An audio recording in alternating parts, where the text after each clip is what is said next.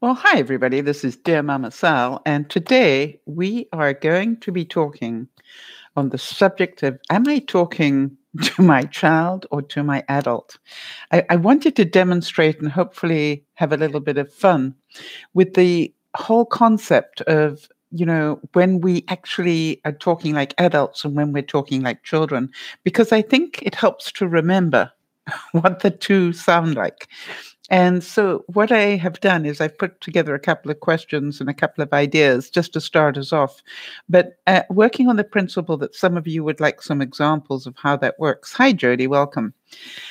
And before we get to that, I thought I would, first of all, just let you know that we had a really good broadcast at lunchtime today. So, if you haven't seen the replay of that one, make sure you do that. It was a fun broadcast. We were, let me just get it up for you so I can know exactly what the title was so you can look for it. But it was one of those broadcasts that took on a life of its own, which made it so exciting for me. It was called Our Fences. That's right. And I was talking about the fences we build and to protect ourselves, and some of them, are picket fences, and some of them are dirty great walls with razor wire on top. So I just thought you might want to check that one out. Hi, Kerry, good to see you.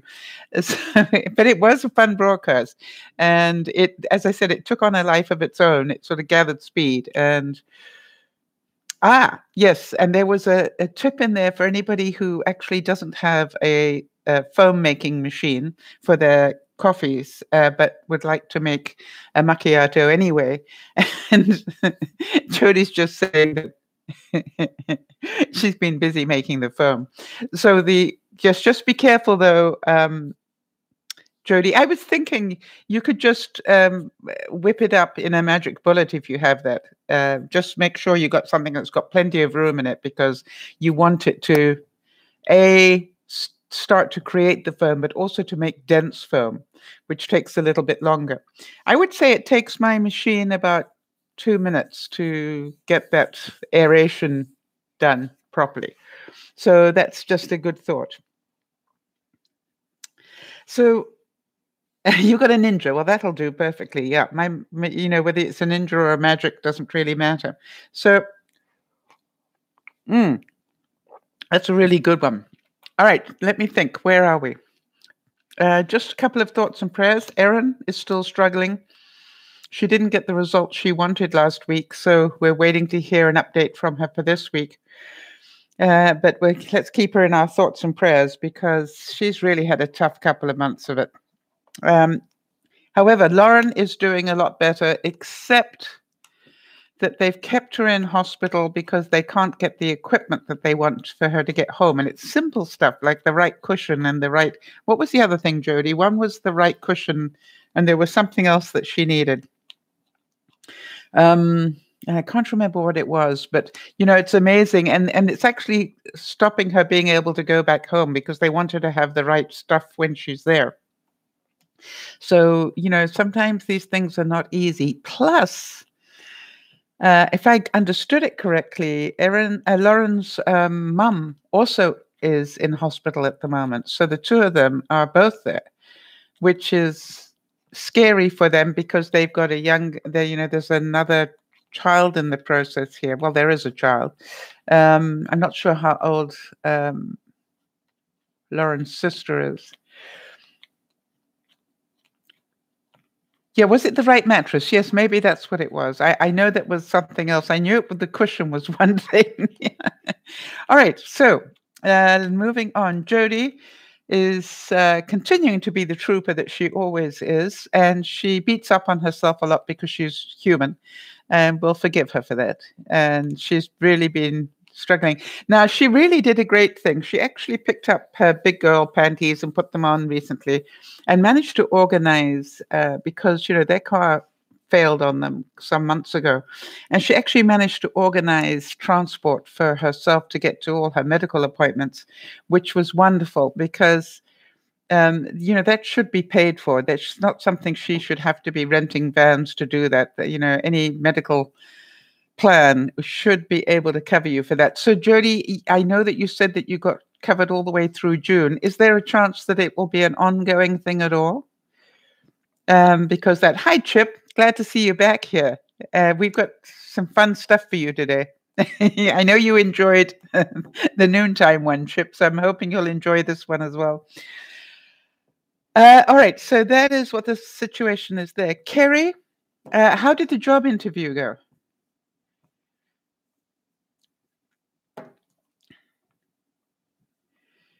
I know that you were busy doing that. Oh, and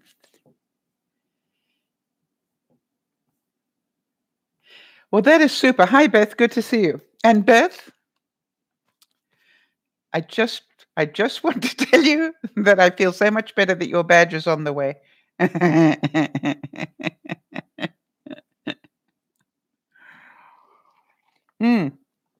And if you see the writing on the declaration form, no, I think I did do that one right.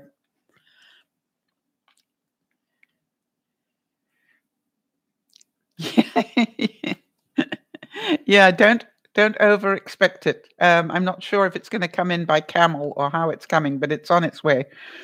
I've also sent Andrea's off, and I hope that will get there, before August. So, yeah, you never quite know these days how they're going. The difference is ridiculous. I think to send, hi there, Nana, good to see you. To send a parcel by airmail, especially over to Germany, for example, it's amazing. It's like $46 or something. And I'm going, no, let it go surface. Now, how they get it surface over to Germany, I don't quite know.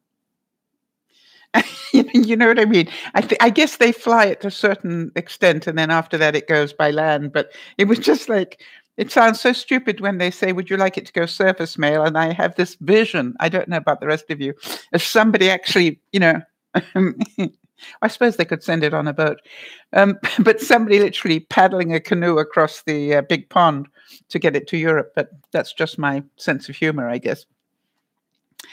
And I haven't seen Becca this weekend, so I can't report on her. So how's everybody been doing this week? Any updates that I should know about, or you'd like people to know about, that you can add to the big scheme of things? We know that we've got congratulations to Beth.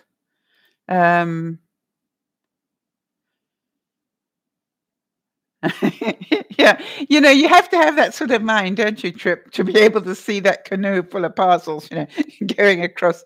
Yeah, never mind. It's I just have this sort of mental vision of how it's going to get there. But that's going across to Andrea, and that is so overdue. That's awesome, Beth. And what is your ideal weight, do they reckon, for your height and exercise level and everything else? Jody, you know me well enough. My pleasures are few and far between. I make every one of them that makes me chuckle get full use. That's awesome. So you're only 6 pounds away. I want to tell you something that I wish I could tell you, that I am back to being only 6 pounds away. I have put on nearly 10 pounds this year, and I know that it's because of all the stress. But, we're going to talk about that today. But it is interesting how my body is craving stuff that I don't normally crave so regularly. Actually, something, Jody, one of the greatest compliments I can remember receiving was somebody who said that when I was up on stage, what she loved about listening to me, and she'd listened to me all over the place many, many times, was, Sal talks in pictures. You don't forget the picture. And actually, I had one person, hi, Pat, good to see you. Hey, Pat, did you have some nasty weather? Did I see you guys had snow recently? Yeah, I thought that was a very kind compliment. And they said, that's why she's so easy to listen to, because she talks in pictures. She doesn't talk in whatever. You can always see the picture of what she's talking about. So I thought that was really kind. you know, yeah, you had snow. I mean, duh. Don't they know it's summer already? Well, near enough.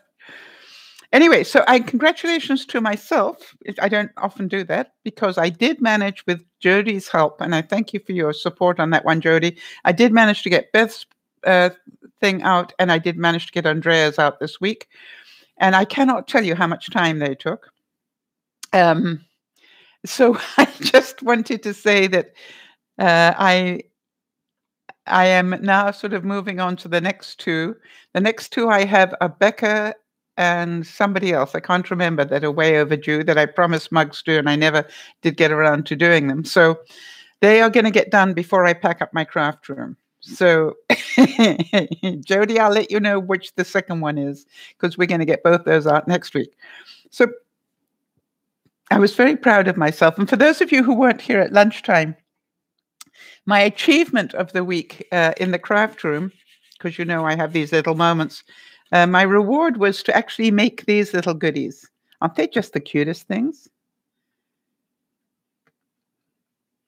Kerry, you've had yours. Oh, wait a minute. Kerry, you're probably talking about some makeup I owe you. That's on my list as well. Anyway, don't you think these are cute? Little necklace busts. So I had great fun doing that. And it's amazing how the different colors stand out. So, yep, it's on the list, Kerry. So my plan is to get these away before I move.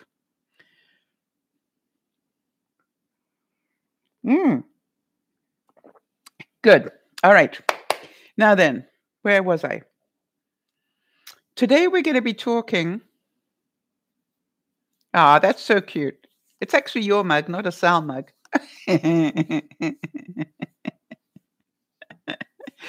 Well, I want to say, Jody, it was one of those things that I literally had always wanted to try and make them, and they turned out to be a lot easier to make than I thought they would. So, it's one of those things where I just, luckily I had craft paper around, and they're ideal for that because they're all nice different colors. So I'm going to make a series of them.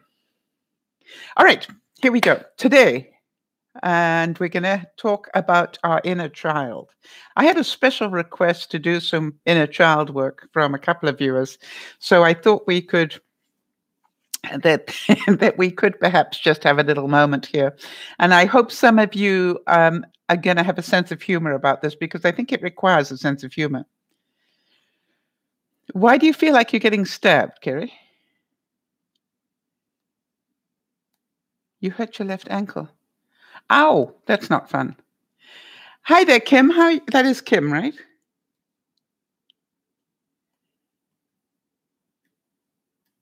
Yeah, I recognize the face. The face is Kim. All right, welcome, Kim. Good to see you. So we're going to do a time check at 14 minutes, we'll call it, because I think that is the best one. Yeah, Kerry, I'm sorry to hear about your foot. If it starts to go blue, I sit well and get to a doctor. So today I'm talking about, are we talking to a child or to our adult? Now, there's a reason why I wanted to talk about this, because I want to know if I'm the only one that has moments where I wonder which one of me I am talking to. And I don't want you to think that I've got a multiple personality disorder or anything, but sometimes it's easier to sort of categorize these things that way because it gives you a better sense of what's going on. But before I get onto that, I just wanted to say hello to anybody who might be ghosting. There are times when people watch the program that don't actually come in and participate, although you're more than welcome to. You don't have to actually say anything. But we do welcome you and thank you for being there. and we love it that you care enough about the work we're doing. If you would like me to talk on a particular subject, please do write to me at dearmamasal@gmail.com.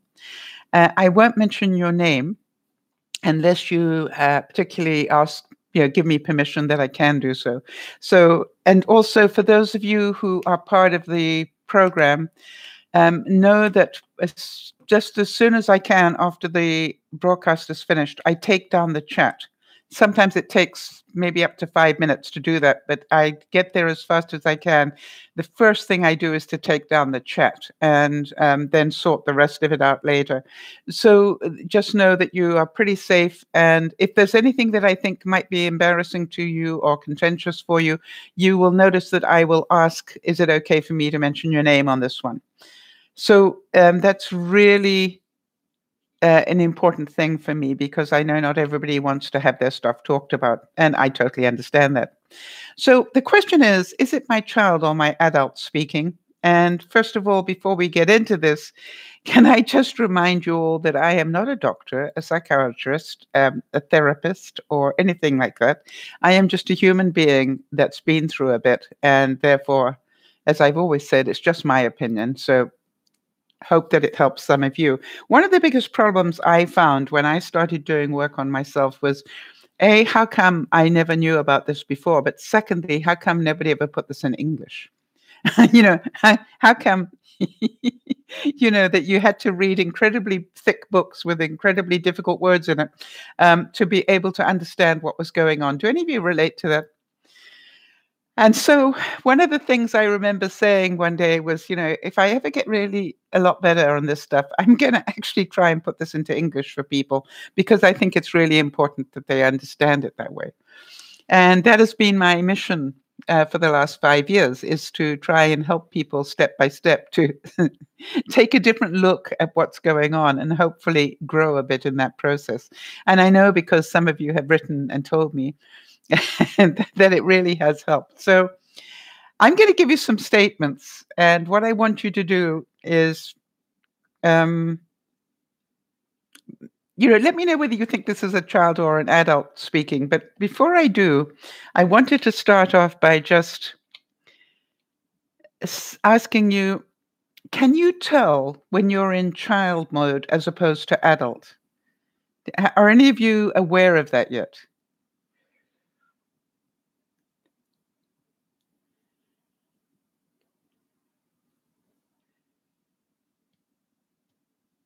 Um, Nana, do you want me to say that publicly, or do you want me to keep that between us and the people who are in the room? And I presume that is for your better half.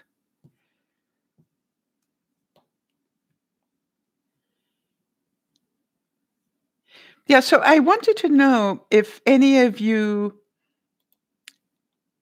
are sort of have situations in which you are more likely to turn into your child mode. Well, you didn't say who it was, so that's why I'm just okay.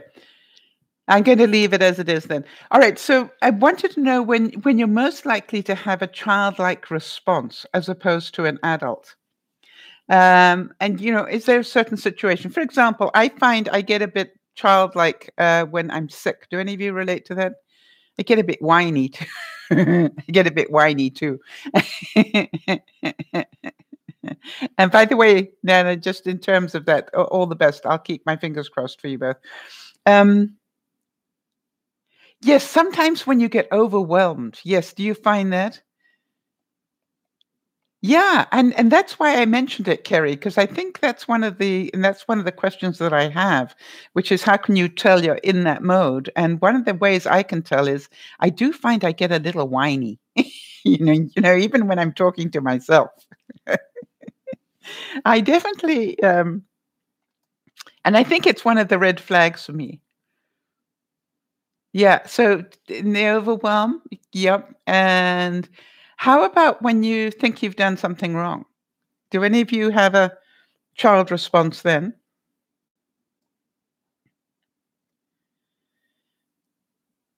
Yeah, that's a great one, right? And then the immortal words of my mother, "Whining gets you nowhere." I love that, Carrie.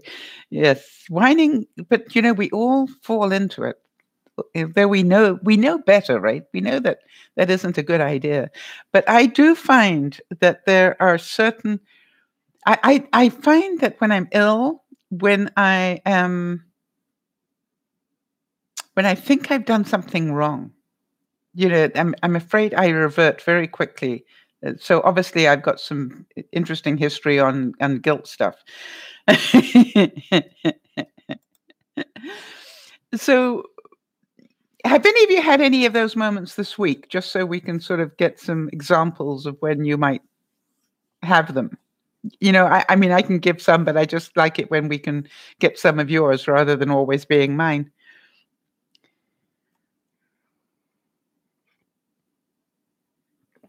Yeah. Yeah, see, two of the viewers have just said, "Would you like a little cheese with that wine?" Yeah. Yes, Kerry's saying, "If I overwhelm, I turn into a child for a second, and then I strap up and move on." That is so difficult to do, though, is to actually recognize that you're having that pity party and then just, wake up and hit yourself with the 2 by 4 and just go, "This isn't gonna get me anywhere. Adult behavior is gonna get me out of this, not child behavior." So, thank you for the input, and we'll just keep talking about it. Um, if you heard somebody say, "Maybe I will do it, I'll try," do you think that is a childlike response or an adult response?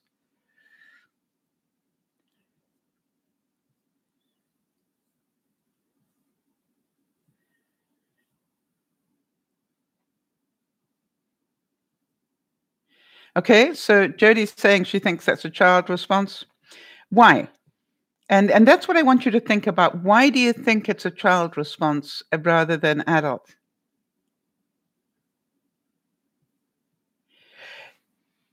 Yes, you see, I think that's the whole thing, Kerry, is to be able to um is to be able to acknowledge the fact there are days when I have a little pity party. It doesn't last very long anymore, but I do have them, and I want to tell you, join my side of the room. All right, so Jody's saying adults will either do it or not do it. They won't. Maybe I'll do it, or I will try, and I agree with you. Okay, um, Kimmy, let me know if you want to talk about it publicly. In which case, I will ask you questions with your name attached to it. But if you don't, that's also okay. And I know that you do have some recurring issues. I think we all do. So, and how would an adult word that? And I think that's what I'd like to mention. I think that.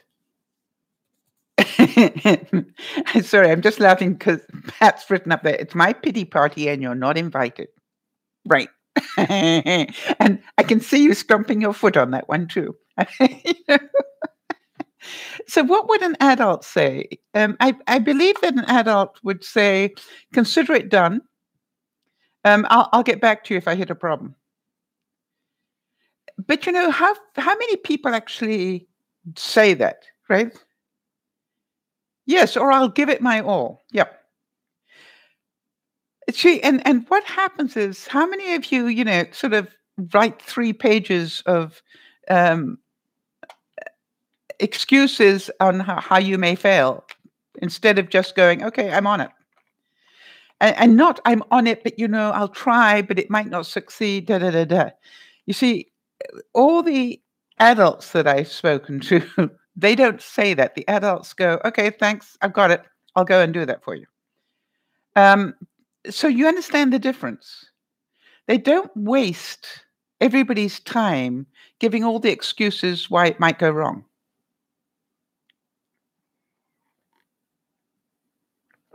And how many of you know you fall into that trap? And not only why it may go wrong, but it's just, it's like a 20-minute discussion. It's just like I think it's one of the things that whenever I've spoken to men, it's one of the things that drive a lot of men insane is we've got to have a 20-minute discussion about everything rather than just, okay, I'm on it. No problem. Leave it with me. That's what they want to hear. Yeah, yeah, Pat, I forgot that. For a moment, I forgot who was the excuse queen. Yeah. You still hold the title, by the way, because you're so good. Yeah. All right. So, but do you get that issue about we're inclined to give these huge editorializing discussions instead of just going, okay, I can do that. And I think it's the most common thing I noticed in business is people going, well, I'll try, but da da da da da and da da da da da and da da da da da. It's like really, I just don't need that right now. I just need to know you've got it and that you're working on it.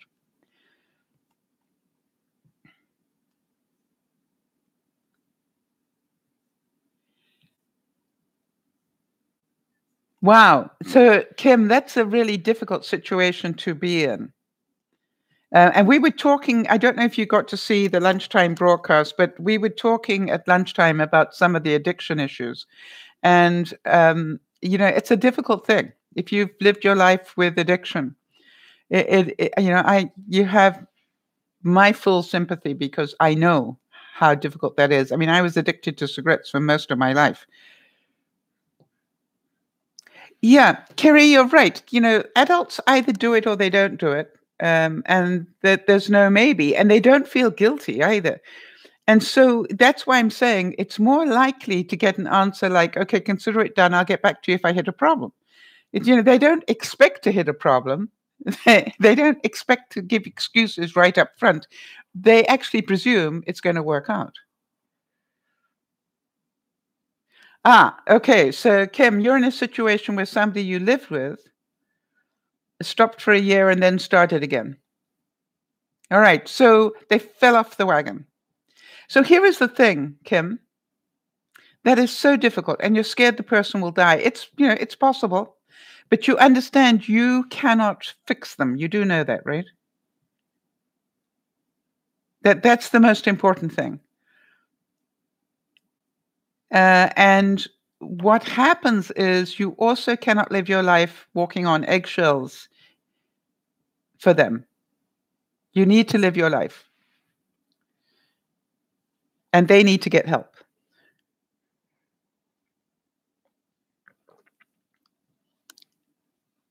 And sometimes that is the most difficult thing to really understand and get strong on. Yep. It's not your problem, it's theirs.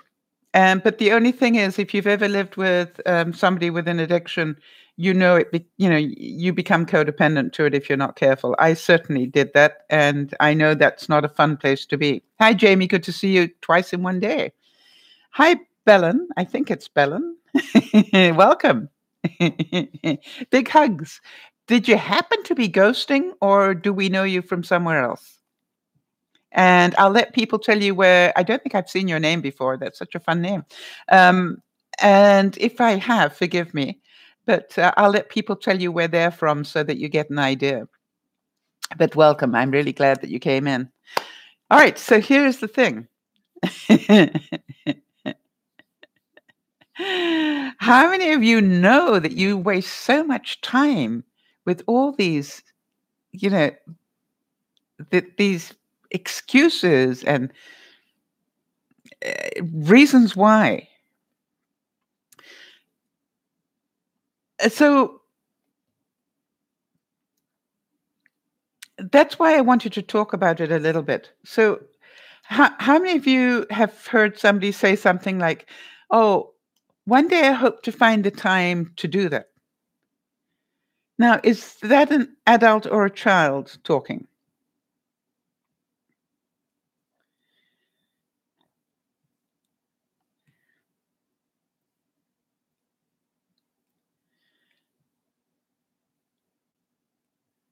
As you can see, Belen, we got people from all over the place. And for that, I am. You think it's an adult, Kim? Okay.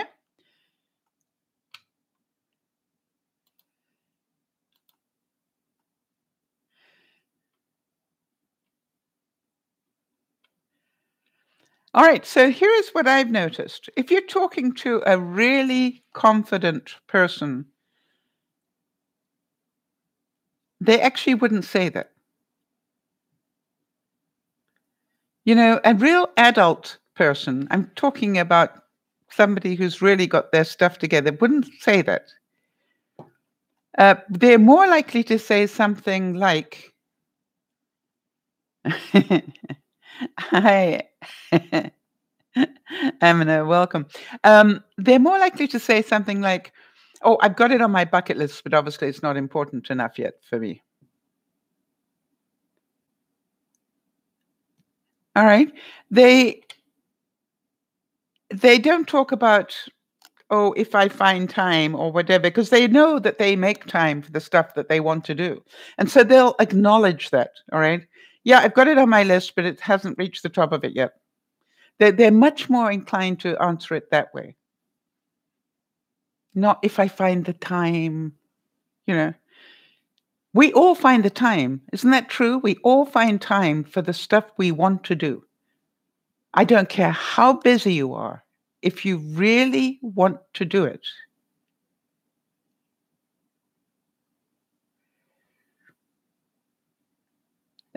you will do it. All right. So, Kerry, do you want me to talk publicly on that one, or do you want me to leave that one between us? Yeah, you see that's what, if you can understand that as an adult, as a child, you go, "Oh, I didn't have time, da, da, da, I'm sorry." But it's not what an adult says. An adult says it's obviously not that important to me yet, because otherwise I would have done it. And I think what I'm trying to get at here is be aware of the things you're saying, because quite honestly, I find that. Okay, Kerry. So I I find that the way that we word things really shows people how our self confidence is. Yes, I agree. So Nana's saying now, if you really wanted to sell, I could clean up this place in a, probably you're thinking in a couple of weeks. Except I know I have got to get people in to do repairs, and I need to have a very serious talk about that with my realtor and coming on Wednesday. Because Nana, part of what my issue is, do I put all this money in and do the repairs that my house needs? Or do I leave it and drop the price by that much and just let it be? Just go, okay, I'm selling the house and it's got these issues that you need to I'm prepared to, declare them all. And these are the issues. I don't want to fix them because maybe they don't want to. Maybe they want to rip the shed down. Maybe, they don't want the same fan as I've got in the bedroom that's not working properly, or, whatever. Maybe they don't need two different shower heads in the bathroom. One is good enough. Because I found one's working and one isn't. So you understand, I've got to have that discussion. And there's part of me that's going, I may well just leave it and drop the price. But I realize it will take longer to sell. All right. But I want to have a really serious conversation and go, if it's all fixed, how much will this sell for? And if I don't have it all fixed, how much am I going to have to drop the price? Because that is the thing. If I've got to drop it 50,000 because of the problems, and it's only going to cost me 20 to fix it, you understand, I'll have to find the 20 if I can possibly can. And what if I can't find the extra 20? I've got to have an adult discussion about that. All right. So this is good. But Nana's point was valid, all right? That if I really, really wanted to sell this house in a hurry, I guess I could call all my friends in and say, help me. I need to get this place ready to sell in 2 weeks' time. And I don't want to do that. Now, the why not? Am I being a child or am I being an adult about that? So that's the discussion, right? Am I doing this at my speed for good reasons, adult reasons, or am I doing it at my speed for childish reasons? No, not at all, Dana, not at all. I know you, I know your heart. And I know sometimes the way that you have worded things make it difficult, but I do know that your intent is always to my benefit. I really do get that. I've known you a long time. Yes, because I know that if I overstress myself, I know my health and I know my tendency. Some of you know I am capable of actually pushing myself past my own limits. And I've done it all my life. How many of you have noticed every time I used to go on the road with John Sember, I'd come back and be sick for a week? Right? And the reason is because I actually suffer from, apparently, I didn't know it, but I suffer from an adrenaline deficiency. I actually did so much performing in my life where I used adrenaline, and I didn't know you could use up your adrenaline. Did you know that? I didn't know that was possible. That I thought adrenaline was one of those things that was infinite. You used it, more poured in, and you use that up, and more pours in. But apparently, the pot is not always refilling. And so now, if I expend my energy too much, I get sick. No, I didn't know that either. So does that make sense? So if you look at it, and some of you've known me a long time, whenever I go into performance mode, in other words, I'm pushing myself to be more than I am. Do you understand what I mean by performance mode? I'm doing hours.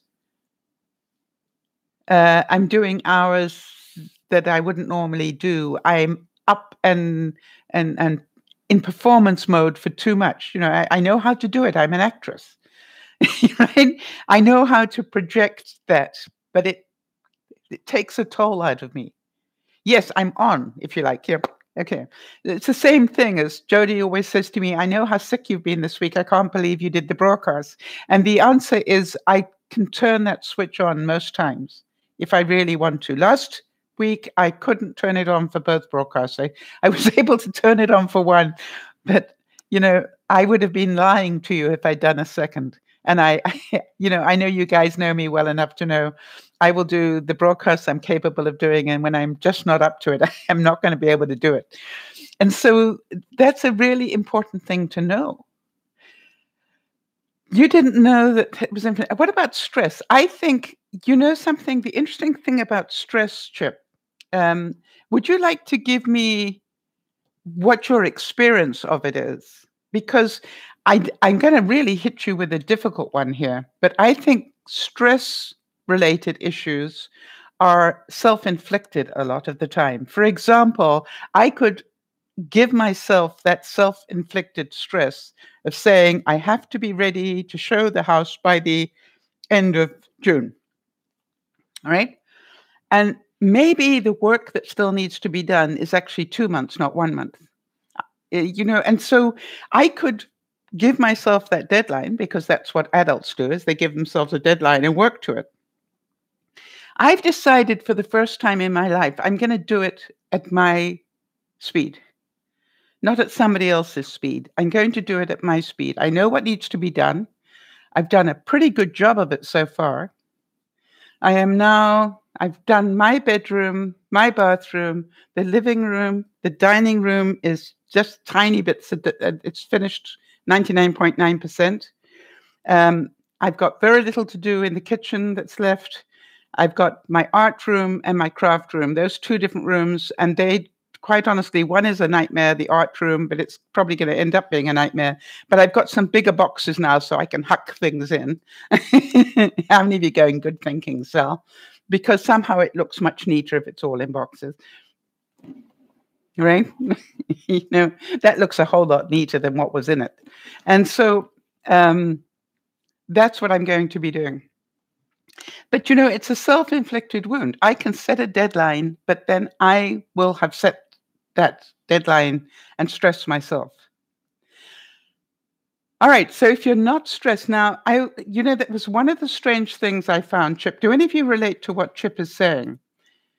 If I'm not stressed, I feel a little off. In other words, I am more used to being under stress than I am being, don't really know what not being under stress is. I can so relate to that. I think one of the biggest things that happened to me when I retired, Chip,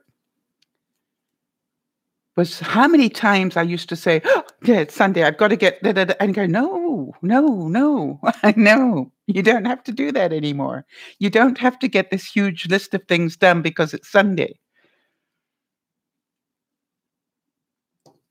Yes, Kim, we had quite a discussion about that at lunchtime, about downsizing now so other people don't have to deal with it later. That's a very considerate thing to do. It really is a very considerate thing to do, I think. Now, I understand that even having downsized by half, which is what I'm doing, I I have packed it in such a way that I could downsize it by half again, but this time it would be boxes. I'm pretty sure that I could say, if I've only got this much space, these boxes need to go. Does that make sense?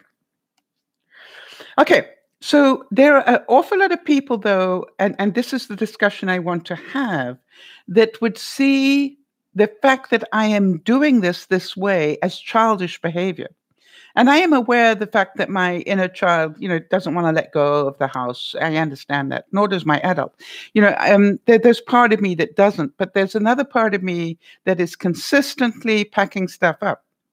You see, it's not that I'm not doing it. I'm just doing so much a day, and that's what I've committed to. And some days I do more than others. But if I were accused of downsizing, there definitely is enough evidence to convict me. Do you know what I mean? If you could see the rest of my house at the moment, I've got enough evidence to show that I am in that process. Definitely. There's no maybe. The other thing I've noticed, I was saying it at lunchtime, but the other thing I've noticed, my living room and dining room are sounding a bit echoey now. There's not as much stuff. There's not enough padding. It's beginning to sound a little hollow in here. Right. I definitely made the decision not to sell my stuff. I'm not going to have a garage sale. I'm not going to do that. It either goes with me or I'm going to get rid of it. And quite honestly, most of the stuff that I'm getting rid of is already gone. I did it very quickly on one day. Yodel in my living room. Yodel, hoo, hoo. Yep.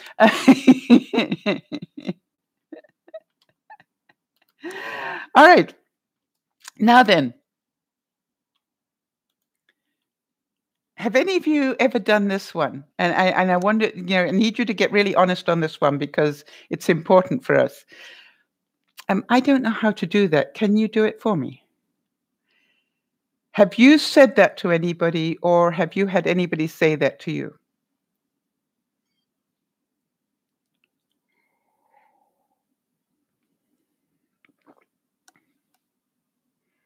And is that childish, or is it a childlike statement, or is it an adult statement?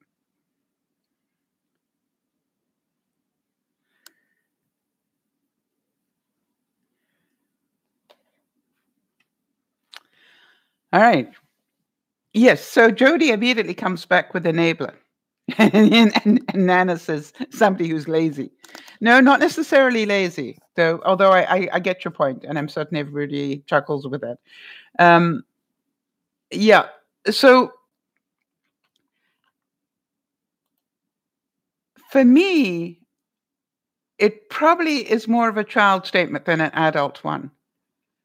And I was thinking about how would an adult say that? I think an adult would be more likely to say, um, I've been trying to think how to solve this, and could you give me some options that that I maybe haven't thought of, or put me in the direction of somebody who might have some.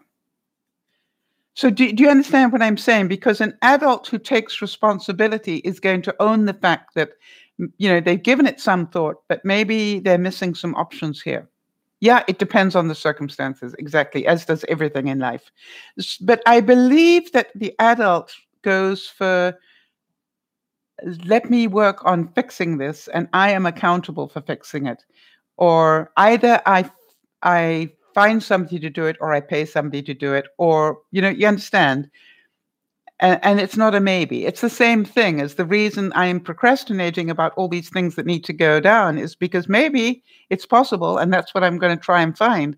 Maybe I can find a handyman who can come in, fix the roof, fix the deck, and do the electrical. Maybe I've got there's a handyman in the area that can do all of those things in a couple of days, and actually wouldn't cost me as much as I think. So that's part of why I'm stalling on this, because when I think about it, it's probably a week's work, to get all these things done. The roof maybe less, I don't know.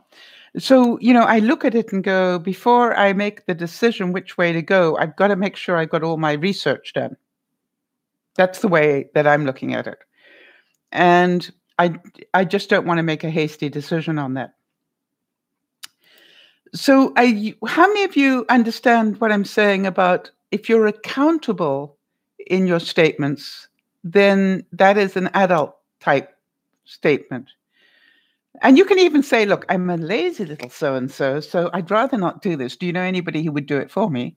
I think that isn't childish. That's because, and especially if you said, and I'm prepared to pay them to do it, that's an adult behavior. That's how people make money. That's how people stay in business, right? Can you recommend anybody who actually gets an erotic experience from doing this? Because I'm not that person.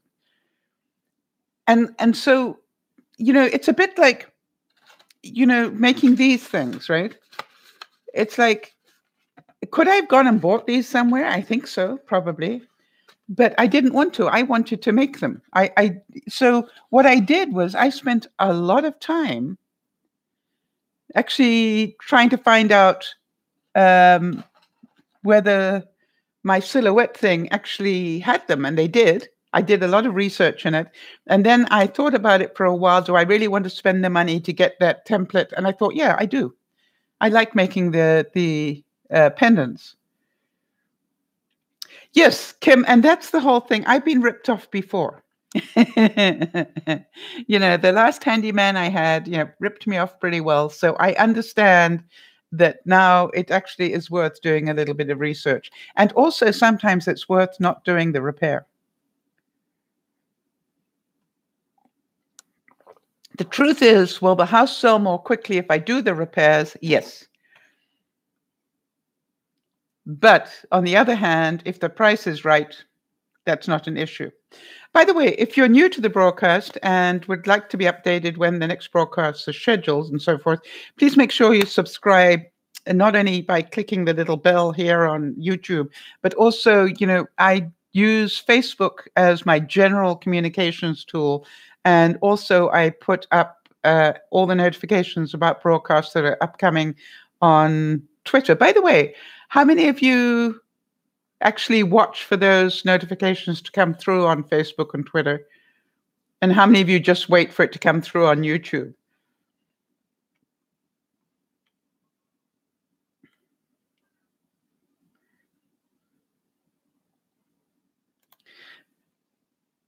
Because I do like to make sure that I'm getting this information to you in a way that works for you.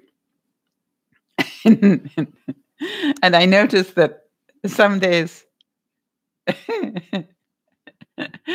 some days you get 35 minutes warning, and some days, only 30.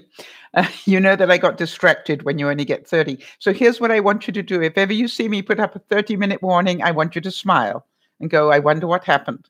Because, a 30-minute warning means I was all on track to give you a 35-minute warning, and then life got in my way in some way.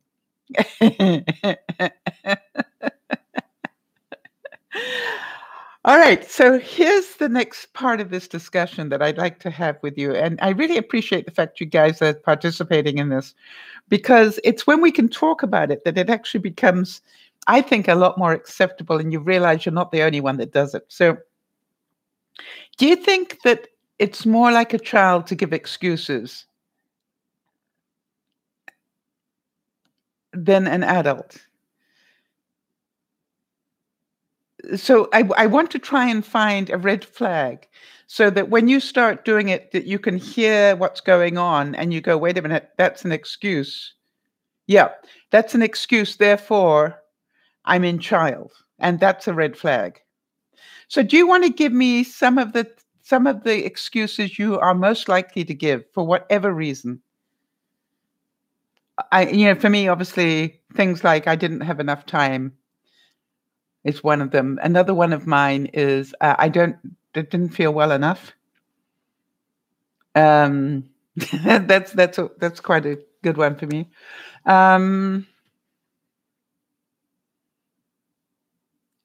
Yeah, what else do I use? I'm certain there are a lot more. I'll do it tomorrow. Yeah, no real reason to do it today. I might as well do it tomorrow. And that's okay too. There are days when that's perfectly okay. I'm giving myself permission to do it tomorrow. Because I found that some days I'm actually more effective than others. But what I do, Chip, is I do say, okay, I can do that tomorrow, but what am I going to do instead? Yeah, I'm not in the right mood to do that. So what I do now, Chip, I don't know if this will help you at all, but what I say to myself now is, okay, that what I'm hearing is you don't want to do the big job. And I understand that. So why don't we put some boxes together? Oh, Jody's got a classic one. I'll put it on my list. That ever increasing list that's never going to get finished. Oh, yeah. How many of you relate to that one? I use these excuses when I don't want to go anywhere and I'd rather stay at home. Yeah. We had a really nice case study in the lunchtime broadcast about somebody phoning up and going, "Oh, we're just coming for a surprise visit," except it didn't get quite the response they wanted. Um, you know, uh, because that's a big trigger for a lot of people. But there's the other side of that, which is I don't want to go out. And I would encourage you to listen to that broadcast that we did at lunchtime because there were some really important issues on why we end up lonely, for example. And that is part of it, Kim. When we don't go out anymore, we end up, lonely because we don't go out and socialize anymore. And it's just like,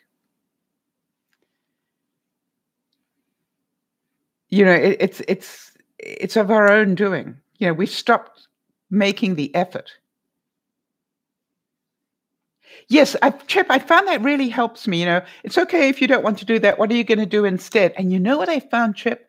I normally end up doing more than I'd planned because I'll find easier things to do. For example, today I don't normally do any packing or downsizing on a Friday because it's a very busy day for me because, I'm doing 2 broadcasts. But what I did was I said, okay, fine. Why don't you just make one of the bigger boxes so you can see how big it is? Makes sense, Chip. And I went downstairs and I took out my super duper knife and I cut all the strapping off the new boxes and I got one out and I put it together. By the way, if any of you find my big Scotch tape gun, you know what I mean? The one that does that noise and puts the tape on. I think I might have packed it. It's like, where did it go, people? I don't know. So if any of you find it, let me know where it is. Anyway, so I went downstairs, got the box, brought it upstairs, put it together, which was much more difficult because the tape thing was much more difficult. Luckily, I had more tape. But what I found, Chip, was that once I'd made the box, I automatically started to put things in the box. And so I was automatically filling it with the bigger stuff, even though that had not been my plan. Chip, if you could have heard what I said, like, do I want to go and buy another one? And eventually end up having 2. What I thought I might do is get a cheaper one from the dollar store. The one I've got is a good one, but I might just buy a cheaper one at the dollar store.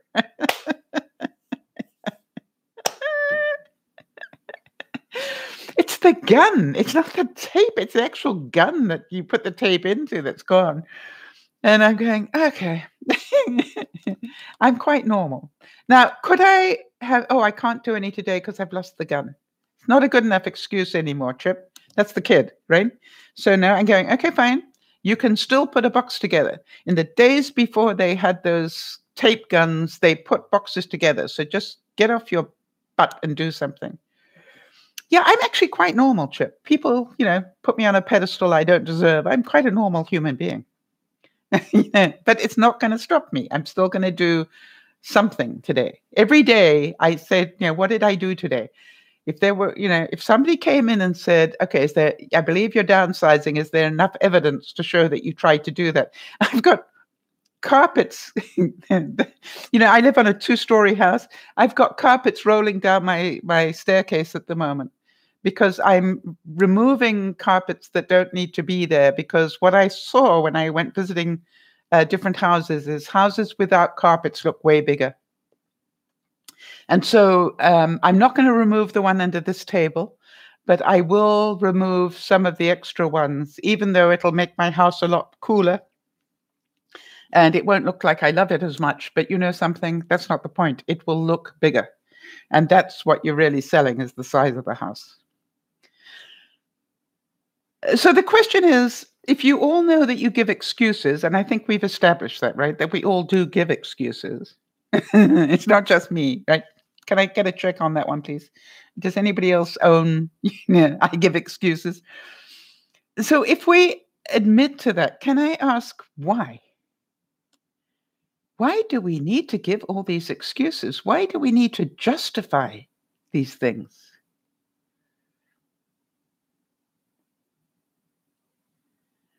Yeah, I've got rugs rather than, I've got laminate floors, but I've got sort of rugs on those floors.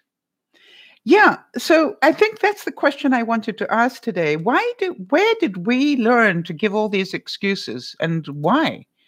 Because with all due respect, most of the time they're not the truth. Or maybe it's just me. They are excuses. They're not, they're there's some story that I made up.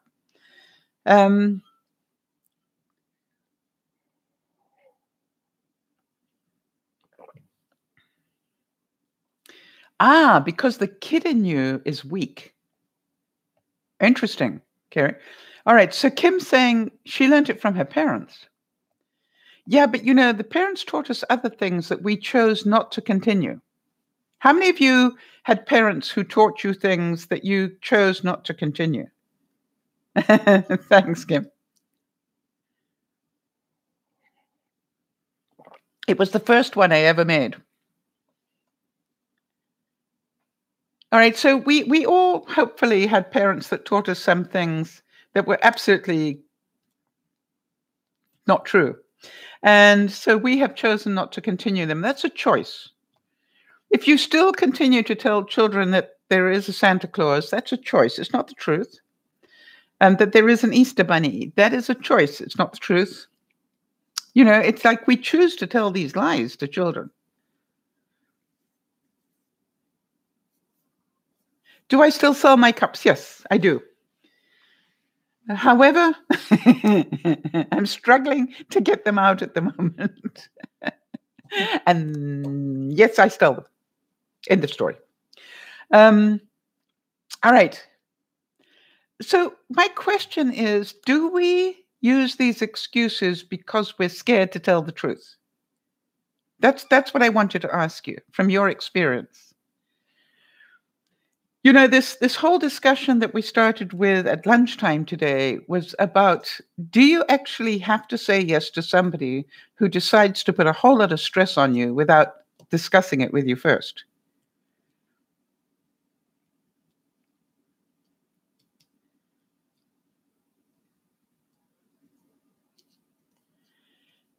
All right, so this is interesting. One of the viewers is saying, I'm thinking it may be due to subconscious fear. You're right.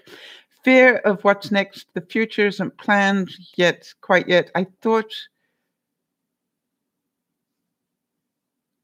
yeah, something. I think that's good that you can, if you can see that your excuses stem from a fear, then you have done a lot of good learning, Chip.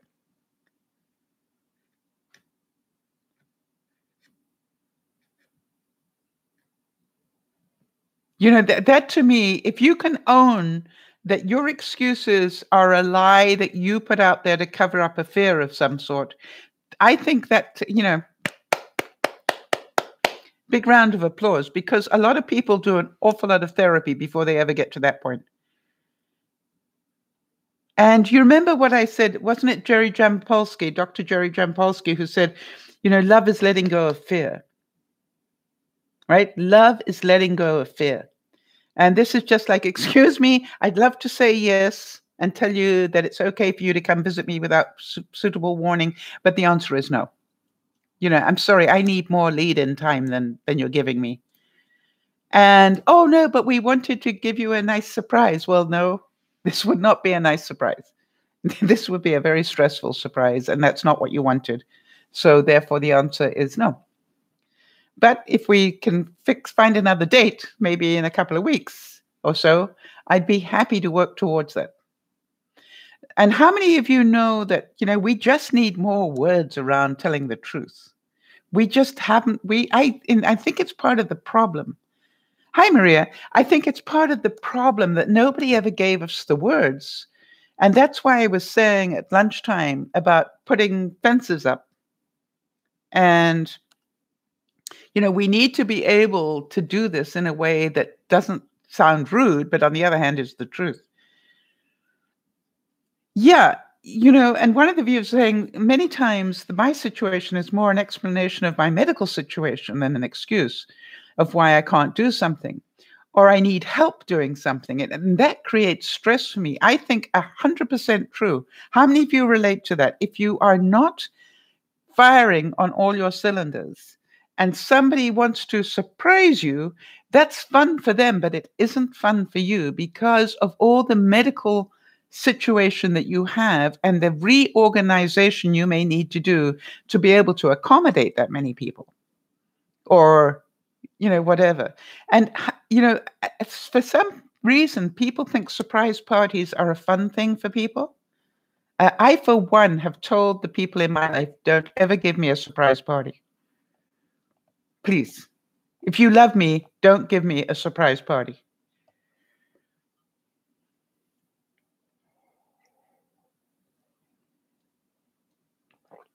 Okay, tell me about the cultural element.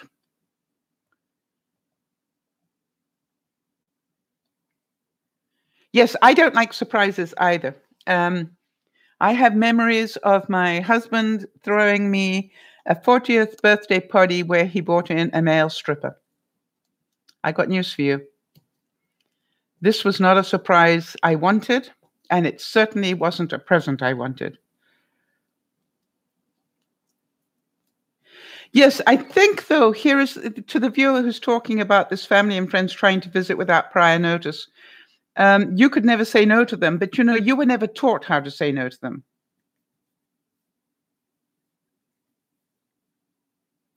You see, that is the issue. The issue is you do not have the words to be able to say no to them. And so one of the things that a lot of my viewers do is if ever they want the words, but they haven't got them, they just write to me and ask. You see, now listen to this. This is the ultimate cultural answer, right? My family is Mexican and I could never say no. I want to tell you something. I have Mexicans in my life and I say no to them regularly. And I don't care if they think I'm rude or nasty or whatever. I prove to them in other ways that that isn't so. But I do not believe that I have to say yes to everything. I really don't. I used to. I used to turn myself into a pretzel and stress myself out. You see, if you believe you could never say it, then my question is, why not? And what if you say no and they don't listen? Well, that takes a bit of practice. Right. So, to me, it's not that you can't, it's because you choose not to. It's not that you can't. You could. if you wanted to, you could say no. If you choose not to. Yes, Nana, you and I both, because we were brought up to have different manners. In our world, you had to phone up and ask first. That was good manners. Now listen, Maria, listen to that. I had to give up a lot of my own beliefs and give in to my marriage and my culture. You didn't have to, you chose to. I need you to really hear me on that. You chose to do that.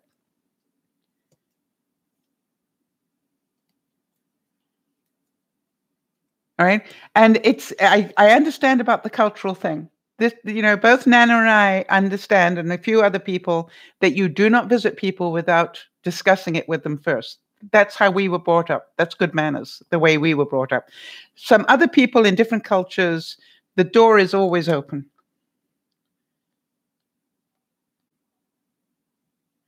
Okay. So, and then you can't. Why not, Maria? I want to send you a big hug. There's so many people who relate to what you're saying. How many of you know you probably got the right things in your mind, but you hate it, right? You hate to say no to anybody. So can I teach you how to say yes and yet say no? Would that help you, Maria? I remember doing this on stage once where somebody said to me, I hate to say no to anybody. And I said, well, let me tell you how to say, yeah, okay, this is how you say it. So give me, they're on the phone and what do they say to you? Can I come over next week? Or what did they say? Benji does it to me all the time. Yeah. Hi, can I phone you? Yeah. Yeah. So here's what I do. Benji will say to me, "Oh, I'm coming up on Tuesday. Can I see you?" Yeah, and Tuesday's the day after tomorrow in my life, right? So I'll go, "Oh, I'd love to see you," and I sound really excited because it's true, but I can't do it on Tuesday, honey. I'm sorry. I've got a prior arrangement. I talked about that at lunchtime, Maria. All right, I talked about that. I stopped people doing that. What I say to them is, if you don't phone me first, you're not getting in my house. Right? Then we're going for coffee somewhere. You see, now, I think it was Jody who mentioned at lunchtime. No, I don't lie. Wait, where did I lie? Where did I lie, Nana?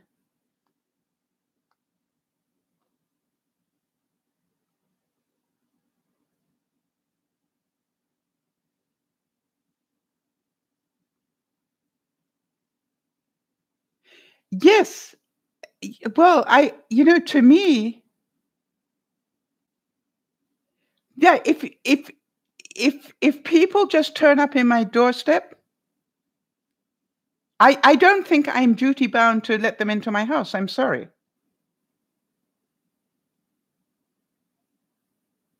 Everybody.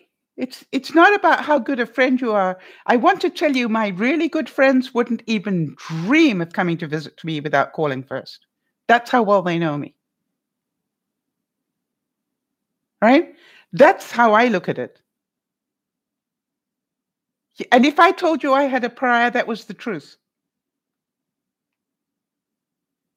Right? Yeah. And so this is like, I am sorry, but I've done it to Benji. And I know it may be the only time in the next 2 months that I get to see him, but I've still said no. And so to me, this is like, why? Because I don't want to put myself under that much stress. Yeah, I'm afraid so. And that's true. And you know something? It took me a lifetime to be able to be truthful on that one. All right. Because, and I always think of Jody when I mention this, but I used to turn myself into a pretzel for all sorts of people and I just couldn't live my life. Right? Because I was always trying to fit in with everybody else's schedule, not with my own. And how many of you know that's happening to you? I know at least one person here is busy looking at their whole life and re-establishing it. And I think one of the most important things to learn is what is your life?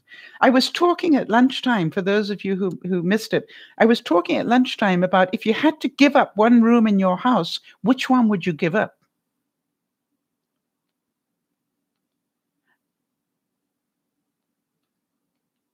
All right? Yeah, Jody loves that thing about turning herself into an emotional pretzel, because she was one when I met her. You know, being a people pleaser can only end up badly for you. I want to tell you, it took me a long time to learn how not to be a pretzel, and I lost a few friends because of it.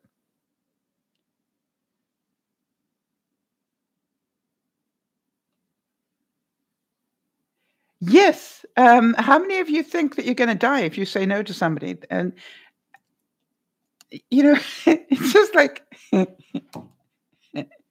right, they'll never talk to me again if I say no. You know, I think I'm worth a bit more than that. If you never talk to me again because I said no to you once, then, you're not my friend. And that's what happened to me, Maria, and that's why I talk about it today, all right? That the kid in me didn't want to say no to anybody because they might not like me anymore or whatever. And so I overextended myself on just about every level. I was looking after people before I looked after me.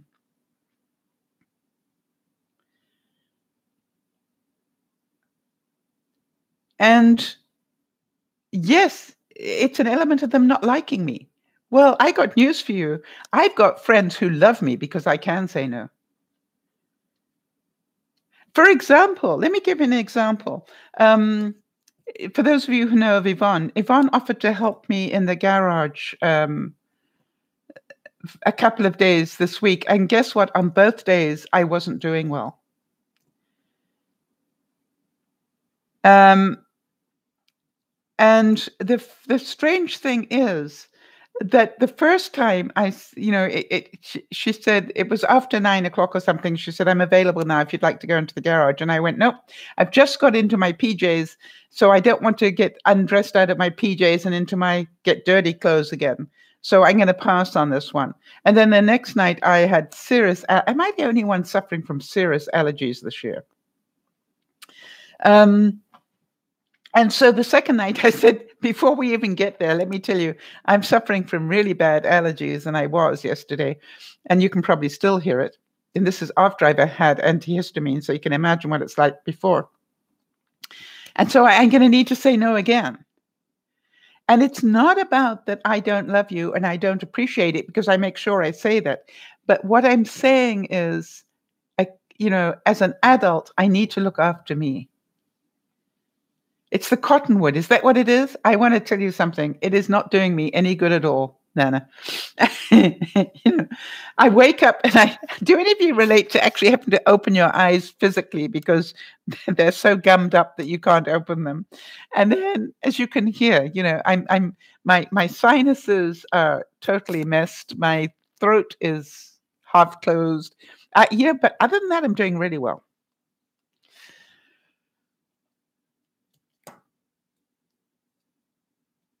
It's hard, isn't it? Yes, it's hard to tell the truth. And by the way, you will lose some friends. You're right, and people you think are friends. But what I found is the people I'm left with. Does this make any sense to any of you? The people I'm left with, I really like. It's like, I'd say yes to this, but I got to tell you, today is not my day. And they go, okay, no problem. Or what about the fact that my friend Marnie, was coming over to help me do some packing last week? And on Saturday morning, that's the day she was coming, she wrote and said, "I woke up with a heck of a headache and stuffed up." Well, do I recognize all the symptoms that she gave me? Absolutely. So did I think she was making excuses? No. What do I know? Marnie never, ever doesn't keep, when I say never, ever, but Marnie keeps her commitments. I know that of her.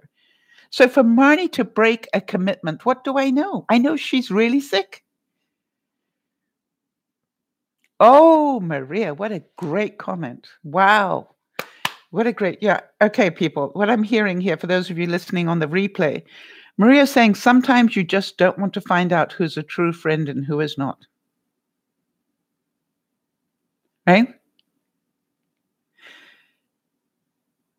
Nana? Did you use the word should on me? Because you know that's a guilt word, right? I could have phoned you. You're quite right. Yes, wouldn't it be painful to find out that half the people you think are your friends actually aren't at all? Yeah, that would be pretty painful. But you will survive it, Maria. I did. And you know what I found out? Having a few really good friends is a lot better than the 600 that I used to have that were pretend friends. Yeah, I see what Kiri's saying. She's beyond happy now that I could have called me. You're right. I could have done, but I wouldn't have done it at that short notice. And yeah, I could choose to do that. Do you want to work in the garage?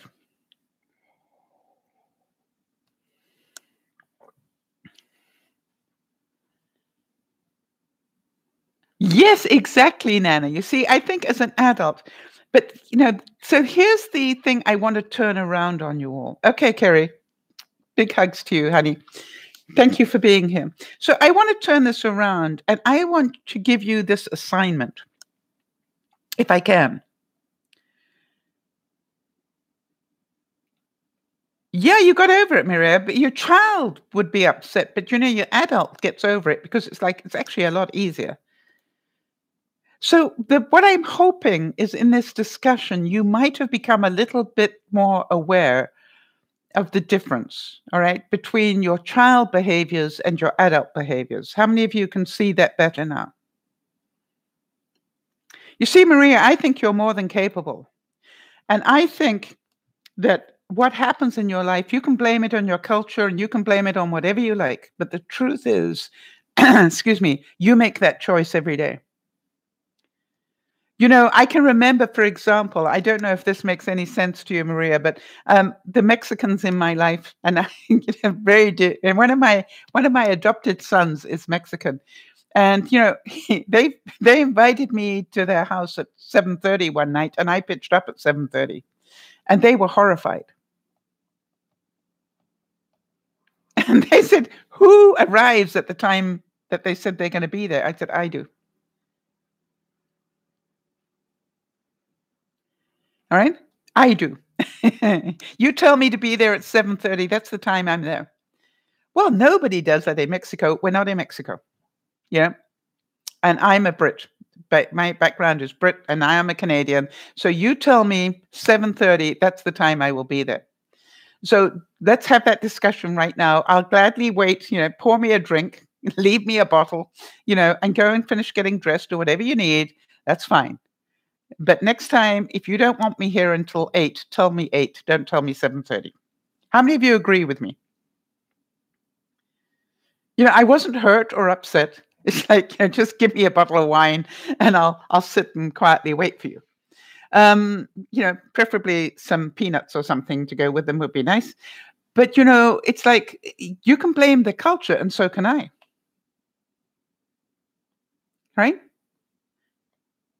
So this is like know who I am. I've got friends who will tell me, Sal, like you hear at 8:30, wait a minute, it's Sal. No, hang on a second, Sal, not 8:30, 9. 9:30 even, because they know that's when I will be there. I won't be there an hour after that. I will be there at whatever time you tell me. So culturally, it's okay. You can use it as an excuse, but you also need to own stuff, Maria, right? That's what I want you to do this week. Start hearing what you're saying and going, is that child behavior or, all right? Oh, Beth, can I talk about that? Oh, such a good point. Can I talk to that? All right. So Beth saying, and bless you for mentioning it, saying no for me causes the dreaded C word, conflict. How many of you don't want to say no because maybe there will be some conflict? So that's why I said you've got to learn how to say no by saying yes. All right. So I will say, I'd love to do that with you, but unfortunately, I can't do it this week. Do you understand? I've said I'd love to do it, but I can't do it this week. Does that make sense?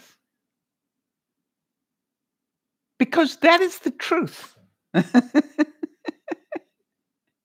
I really want to see you, but I can't do it this week.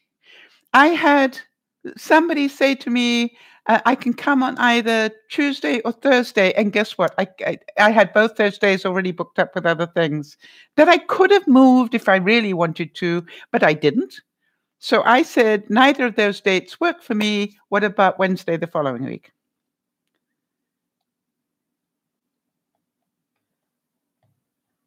Yeah, so now if there's a conflict, everybody will find out about it. Well, it doesn't have to be a conflict. I don't see it as a conflict if I tell somebody the truth. Right? I'd say, because I love you to bits and I want to be able to say yes, but I just am just booked up this week. So I need to say not this week. What about next week? Or if you listen to what happened at lunchtime, the surprise party people, this is called, I would love to see you, but I do need a couple of weeks lead in just to get everything organized because, my life, it just needs to be a bit better organized before I can do that. Or, even to get out to a restaurant with you. Yeah, something? I used to, Nana, what a great point. How many of you say yes and then end up being angry and resentful because you said yes? And you're stressed out and you don't really want to be doing it. And so, why say yes?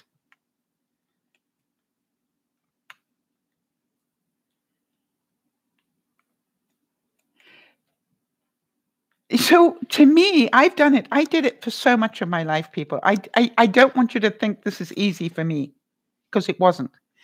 But I stopped lying. I think that's what I've got to tell you is I've stopped lying as much as I used to. And I'm almost embarrassed to say that because I used to say yes to so much when I really should have said no. It's not easy, no, but I'm happier. And what do I know? And this is the point that I'm saying. When my friend phoned me on Saturday and said, Sal, I hate to do this to you, but I woke up with this, this, this, and this. I know that friend really well. Right? I know that friend really well. There is no way she would just put me off because she knows how much I need her help. She wouldn't put me off just for the hell of it. She would put me off because she's sick. And she also has very big sphericals, and she would tell me when she's too sick to come. She wouldn't come sick, right? She would tell, and she told me the truth. I'm not well enough to come. And I went, no problem. And was I angry? Well, she promised that she would. I wasn't angry at all. I just went, wow, I'm so sorry to hear that. And then here's the question. Now, how many of you relate to this one? How many of you relate to now my little kid's going to go, well, if she's not going to help me, I'm not going to do anything today. How many of you do that self-inflicted wound to yourself? All right. I could have said that. Well, she was going to come and help me and I'm really disappointed. So I'm not going to do anything. And I didn't do that. I just went, okay, well, I know what you were going to do. You were going to go in the garage and do some work in there with her. Now, what are you going to do instead? Because you definitely need some help when you're working in the garage. So what are you going to do instead? All right, Chip, that's the comment, right? What am I going to do instead? And I actually had my most productive day in a long time because what I did is I refused to let that excuse work for me. And it would have been so easy. Oh, she was going to help me and she didn't. So I didn't do anything. So here's my challenge to you all. This week, if you can, keep asking yourself, how would a really successful, confident person answer this? Right? Not the pretzel you've become. How would somebody with a really good ego and self-esteem, how would they answer that? Would they say yes to everything?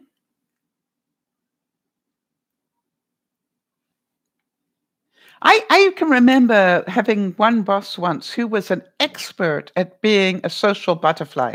He would accept 3 or 4 different invitations on any one night. Do any of you know what I'm saying? And I say, "How can you do that? You've already said yes to 3 others." And he said, "I know how to do it." Right? "I know how to do this." And I'd say, "Well, how do you manage to fit in 4 different events in 4 different places on the Lower Mainland where I live?" And he goes, "It just takes a bit of organization. But what you do is you walk in and you make sure everybody that you want to have seen you, the ones that talk a lot, you want to make sure they saw you." "Oh, good to see you, George. No, nice to see you, Sal.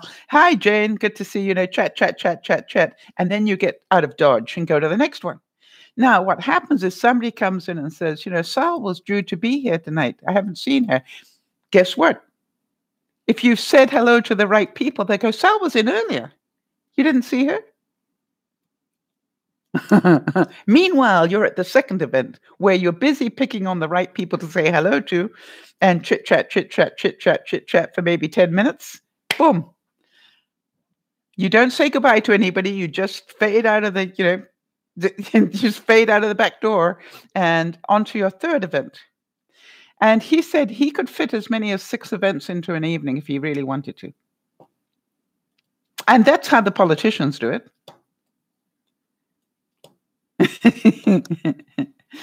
So to me, they have said yes to everybody, and nobody can complain because they were there. They just didn't say they were going to be there for the whole time. Very exhausting, Jody. That's why I don't do it. To me, too many balls in the air for me. I just can't do that. It's the same thing as I think we have to know who we are. How many of you are still waiting to find out who am I? I'm still trying to work that one out. Who am I?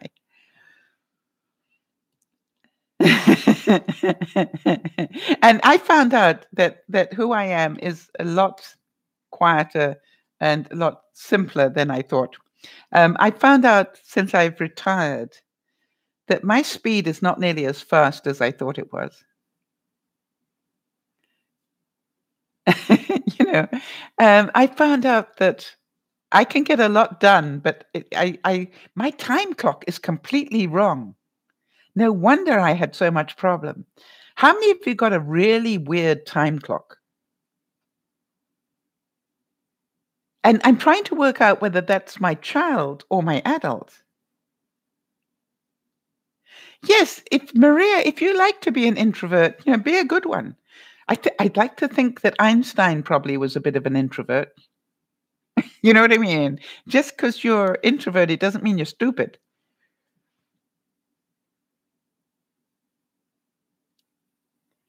You see, my time clock is completely weird. I actually have this sort of 3 o'clock in the morning and wake up at 9 or 10.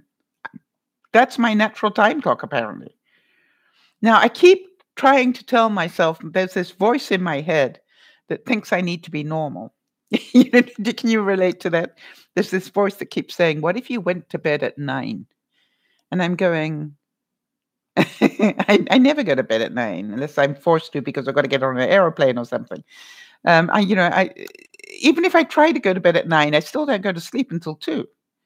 That's my time clock. So I sort of what I love about being retired is I can do that and not worry about it as much. Yes, I admire anybody who can go to bed at 9:30. Yeah, good on you. And you probably wake up at 6 o'clock or something. What is normal? Who knows? And all those years that I worked, and I was at I was at work at 8:30. I'm going, no wonder I struggled. It's not part of my pattern to get up at 6:30 in the morning. It's not what my time clock does. Yes, you see, Jody's saying, and how many of you understand that? Is that an adult behavior? We don't have dinner until 10 or 11 o'clock at night. Now, obviously, Jody doesn't have children, all right? Or pretty obviously, I would say. But is it adult behavior or childish?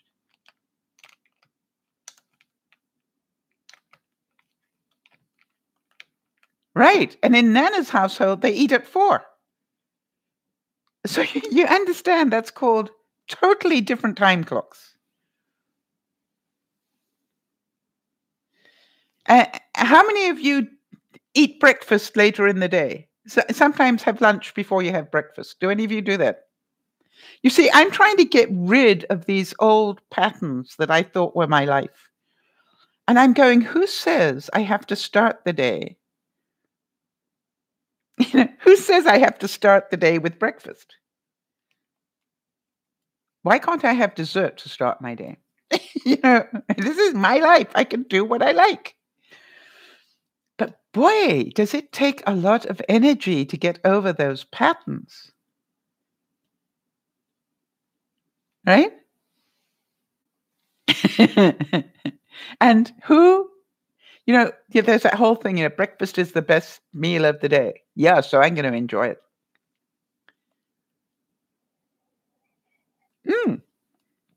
I also multitask, just so that you know. For example, I realized that I needed to put a few more vitamins and good stuff into my body this evening. And so what I did was I made my coffee and used a meal replacement thing. I think it's called protein milk. I had a protein milk thing, and I put that into my steamer and made a coffee with protein milk. So I got the good stuff, while I was drinking my coffee. Tastes a bit weird, but I know that I've got vitamins and stuff inside me that I meant to have. So I would suggest that a lot of our discipline, a lot of our stress is self-inflicted. A lot of our stress is because our child thinks we have to do this when you don't. You choose to do this much every day. I could choose to put myself under a lot of stress about selling my property by the end of the month, or I could choose not to and put myself under a bit more risk, maybe, in case I don't sell it. But what I decided was I don't want that much stress. I really don't want that much stress. And so all the time I'm asking myself, how do I do this with the least amount of stress, not the most? And to do it in the least amount of stress is to keep doing a little bit every day, right? Do a little bit every day so I know I'm doing it, but I don't have to get it finished by next week. I know the actual effort of selling the house will be very stressful for me. And that it'll move far faster than I want to, and I will have to, look at seriously large amounts of money and decide whether I want to take the offer or not. All that sort of stuff. By the way, did you know, Nana, that they've changed the rules on how much money you have to put down now in Canada? I believe that came in this month, June. I don't know what it is in the States. What's the deposit you have to put down to buy a property in the States? Do you know, any of you?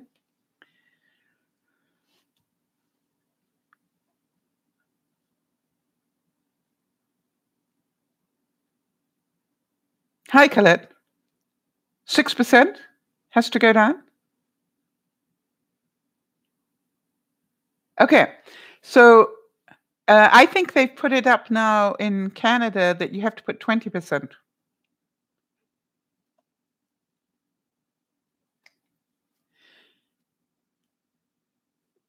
But I could be wrong on that, but I think that's what I heard. So 10% in California. Yep.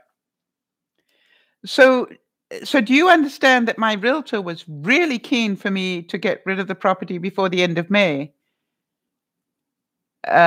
because the rules were changing? Made perfect sense to me. I said, "Yeah, I understand that. It'll be more difficult for me to sell my house from June onwards. That's what you're telling me, right?" She said, "Yes." I said, "Okay. Thank you for letting me know. I choose not to do it that quickly." Do you understand the adult discussion here? I choose not to do it, and I understand the price I am paying for it. How many of you see that as a conflict discussion? I don't see it as conflict anymore. I see it as this is my truth. I hear you. I thank you for the information. I choose not to do it that way. This is my house. I get to sell it. By the way, I already found the place I really loved. Okay. And I walked away from it. I chose to walk away from it rather than put myself in stress. How many of you understand how I've changed? Yeah, it's called an informed choice. Thank you, Jody. Does that make me stupid? Maybe in some people's view, but this is my life. I get to choose how I live it. Maria, listen to me.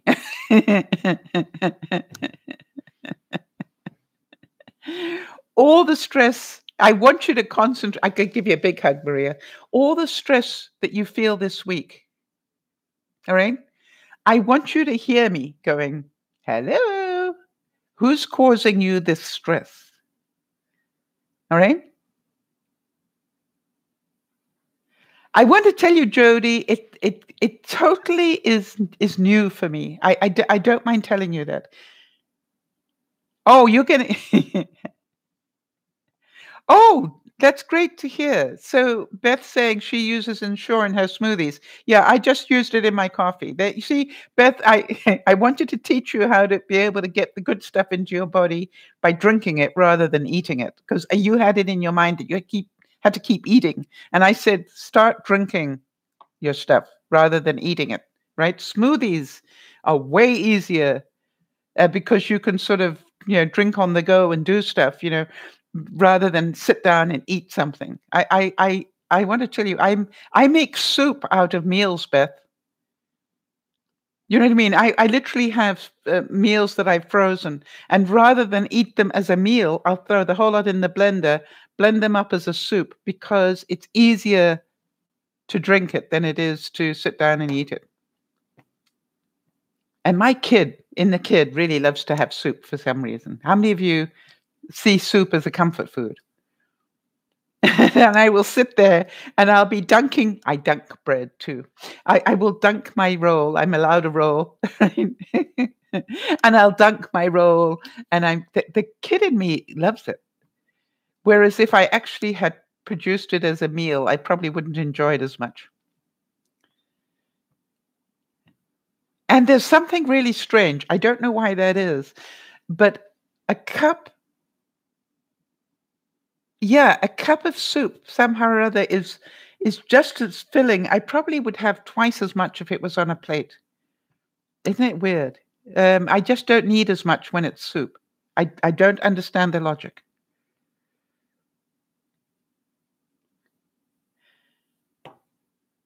Wow, Beth, that is wonderful. Beth saying that she's learning that she can say she's not up to it today. I can choose where the conversation stops and tell them that I've had enough for today. I want to tell you something, you know, Beth, that is a huge step forward. It takes a bit of practice, right? So, Maria, there is hope for you, honey. It's 20% in America. Okay, thanks, Beth. In certain places. So somebody's saying it's eight. Who said it was 6%? Yeah, Maria, I want you to know that you don't have to do it by tomorrow. right? Maria, the goal is walk towards this. You don't have to change your life. Ah, Roadhouse, good to meet you. Hi there. I always duck bread in my soup.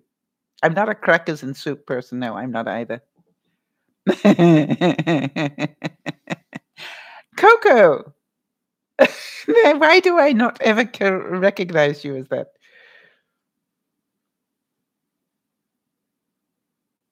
So I really, right, Maria, everybody in this room, Maria, will tell you that they have worked towards a goal. And they're still, it may take you the rest of your life, honey. And that's okay. But like downsizing my house, all right? You don't have to do it in conflict. You don't have to make enemies along the way. You just need to start practicing telling the truth a bit more. I'd love to go out and have dinner with you. What a pity I can't do it this week. Can we plan for next week? Right? See, it's once you know how to do it, it's a lot easier. Everything's easy to do once you know how to do it. And I literally have gone, you want to take me out to dinner? That is awesome. Can I take a rain check? What? Remember not my other Dougie, for those of you who know Dougie. When Dougie wanted to take me out for Mother's Day, and he phoned me the night before, and I said, you're going to take me out for a Mother's Day brunch? That's wonderful. Can't do it tomorrow. Not enough warning. But can we take a rain check on it? And by the way, I need to phone him because we didn't do it yet. And I want to do it. You don't have to make enemies by saying no. It's just you need to tell the truth a bit more. And that takes practice. So for those of you who have learned how to do it, well done. And for those of you who are learning to do it, be patient. And that's why I'm saying, really, your only goal this week, for those of you, is to ask yourself, did I tell the truth here?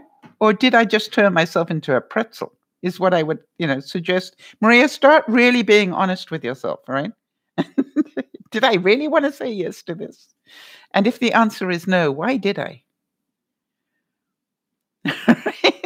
And, if that's all you do for a week, you'll be amazed how many times you say, no, I really didn't want to do it.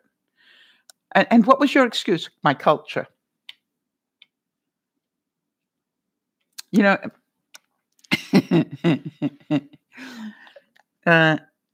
could blame a lot of things on culture.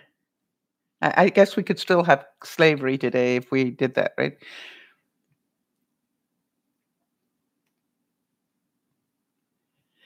You don't have to learn. You may choose to learn, Maria. This is not a pass or fail. Would you like to be happier?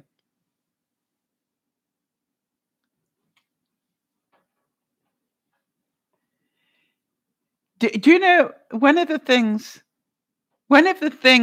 that people say of me, Maria, is what and I'm amazed how many people say that to me, which is, Sal, what I love about you is you can tell the truth on things. He said, I really admire you can do that. And I go, I love you dearly, but I'm not going to say yes. And they go, why? And I go, because I really cannot get myself together in 24 hours or 12 hours, whatever. I love you dearly, but so let's plan it for next week. Yes, you're so scared of making people unhappy. That's actually not the truth, Maria. You know what the truth is? You're so scared they won't love you anymore.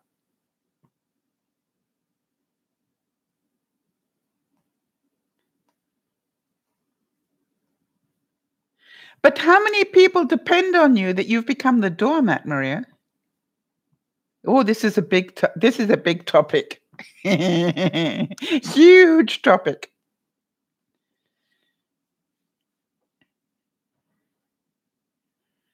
All right. So, Maria, if you can, listen to what we did at lunchtime today, because it'll sort of also help a little bit, right? About the difference between saying yes and saying no a different way. So to me, it's like, but how many of you want to give Maria a big round of applause? Because we know what it's like to come in here and actually, talk about this stuff. It takes a lot of courage to tell that truth. Yeah, baby steps. Beth, you want to talk to Beth about some of this stuff? She's an expert. Mm. You feel you cannot let anyone down. Right. It's because you're a teacher. That's your excuse. I'm a teacher, so I can't let anyone down. Who taught you that?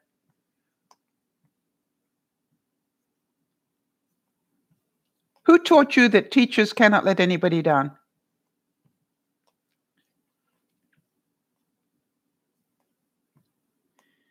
I like to think in some ways I'm a teacher. You love to make your little students happy. Yes, that's where you get your jollies from. That makes you feel good, right?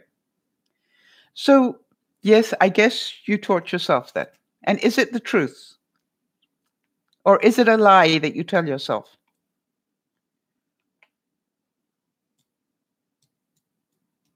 Actually, I can remember something. I think it was Benji one day when we were having a meal together. I said something, and Benji said, "That's a story you tell yourself." All right. So let's concentrate on that one, Maria. Is this the truth, or is it a story I tell myself? How many of you relate to that? You have so many students with so many special needs. Um, Maria, do you know me because of Benji and Judy, or do you know me for another reason?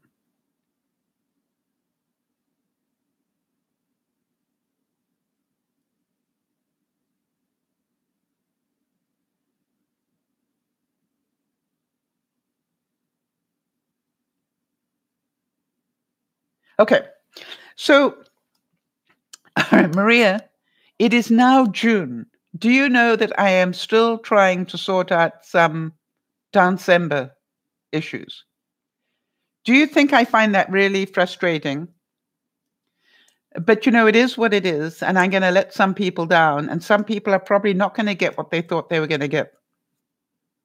That won't be because I haven't tried, and it won't be because I haven't done the best that I can, but life sometimes just doesn't go the right way. And so for me, part of what I have to learn is not to take responsibility for something that isn't my responsibility. I hate to let people down as well. Can you believe that, Maria? I go out of my way to try not to do that. Do you know the first thing you have to learn if you want to live that life is stop promising people things? I actually stop people. I actually stop people from promising me things. They say, "Oh, I promise I'll do that." I said, "Please don't promise. Please, please, please don't do that to yourself because life can get in the way. Tell me that you will do everything in your power to do that, but don't promise me because that would not be fair to you." Does that make sense? How many of you have discovered that already? That half of the time we promised we would do something and we so want to keep that commitment when really sometimes it just doesn't work. I'm not saying don't keep your commitments. I'm saying keep your commitments, but really be careful how you make them. So, Maria, I want to give you a really big hug for the work you've done today. Do you feel a bit exhausted?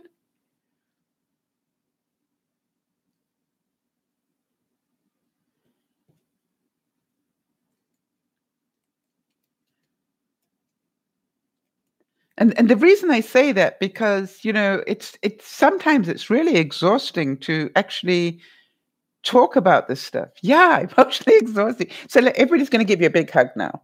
All right, because you're not the only one in the room with these issues, Maria. Do you understand that? You're just the only one talking about it today. And Beth will tell you a couple of weeks ago it was her turn, which is why we sent her a badge today. Um, so to me, it's about, we take it in turns. What was it, a month ago? It was my turn. How many of you remember that day? I don't want to go and try and pull my trailer because it might not work. How many of you remember that broadcast? Um, And I still haven't taken it out, but I've got it fixed just about.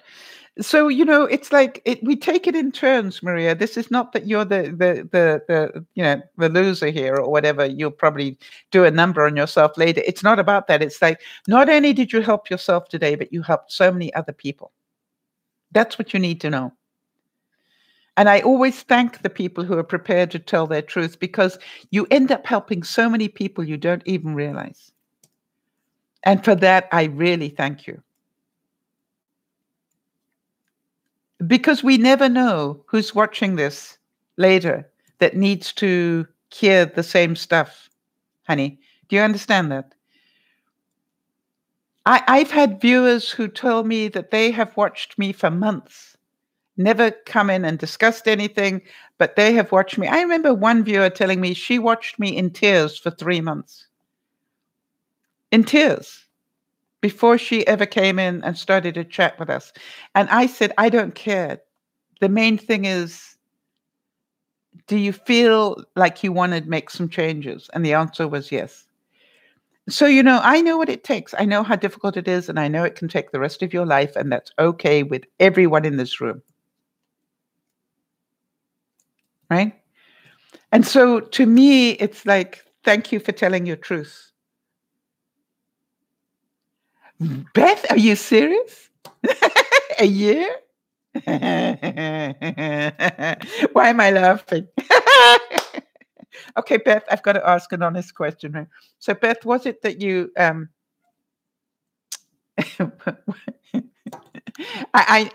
know some of your background. So, did you what did you have to get in place to make it possible? It's scary, of course it is, Maria. But Beth, so what did you need to get in place to be able to start talking to us? That is so amazing. I'm so proud of you.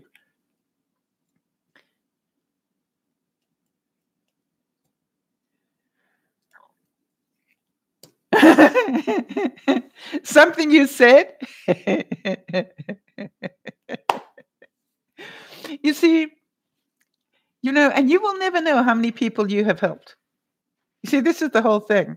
And by the way, it's wonderful to hear that you're doing great things for yourself. It's wonderful. You see, we're all doing the same journey, Beth. We're doing it at different stages in our lives, but we're all doing the same journey. I think this is what life is. Life is about trying to improve on what we're doing at the moment. If you're not happy now, it's because you're probably making some choices that aren't, happy choices. Can I tell you something, Beth? I don't know if you believe this, but you've heard me talk about Yvonne. When I first met Yvonne, which was nearly 20 years ago, she was a rageaholic, OCD.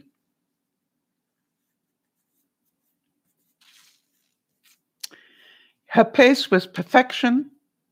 And, literally, if you put something back somewhere, if you picked it up to look at it and put it back, and it was, a millimeter off, she'd come and fix it. You know this, what I'm talking about. And, today, when I look at her, I cry sometimes because she has learned so much. And she no longer is that obsessed about everything. She now actually enjoys living in her house. It no longer, needs to be perfect. She just needs to, excellent is good enough now. And she has learned to get rid of the rage and the anger on things. And it's wonderful to watch her. And it's like, I'm so honored that in 20 years I got to see that progression. But Maria, it took her 20 years, all right? It didn't happen overnight. She just kept, and the worst thing is that every now and then I'll say something and she'll say, well, you know what the great philosopher Sal will tell you. I'll go, no, what would she tell you? And she'll quote me something I said 10 years ago. You have growled so much or grown? Ah, you left dishes in the sink. Were they still there in the morning? Yeah, I found that. It's miraculous. Yeah, you have grown so much. You really have. But it's like you don't want to make that a habit, obviously. right? That's not who you are. But, every now and then to give yourself, I'm glad that you did. Could you hear me laughing? I think the fact you can own that is wonderful. How many of you are going, way to go, Beth?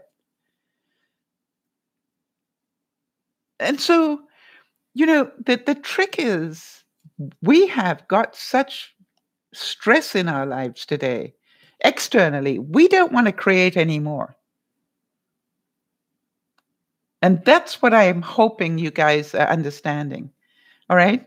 That really so much of our stress is self-inflicted. It's a self-inflicted wound. Can you see that now? Right? You see,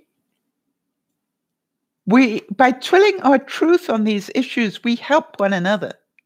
And for those of you who listen to some of my stories about what's going on in my life, I'd love to tell you I'm a perfect person, but you know me better. I'm not. I'm just a human being. Ah, sweetie, it's so obvious now. You can. Um, how many of you understand that when you make comments like that, Beth, and when you tell us results like that, do you understand that it is worth every moment we spend doing these broadcasts to me? I've always said that if one broadcast I do can help one person in one way, it was worth the time. All right. And, it's like, to me, that's why I do what I do. It's not because I have all the right answers. I don't. I wish I did.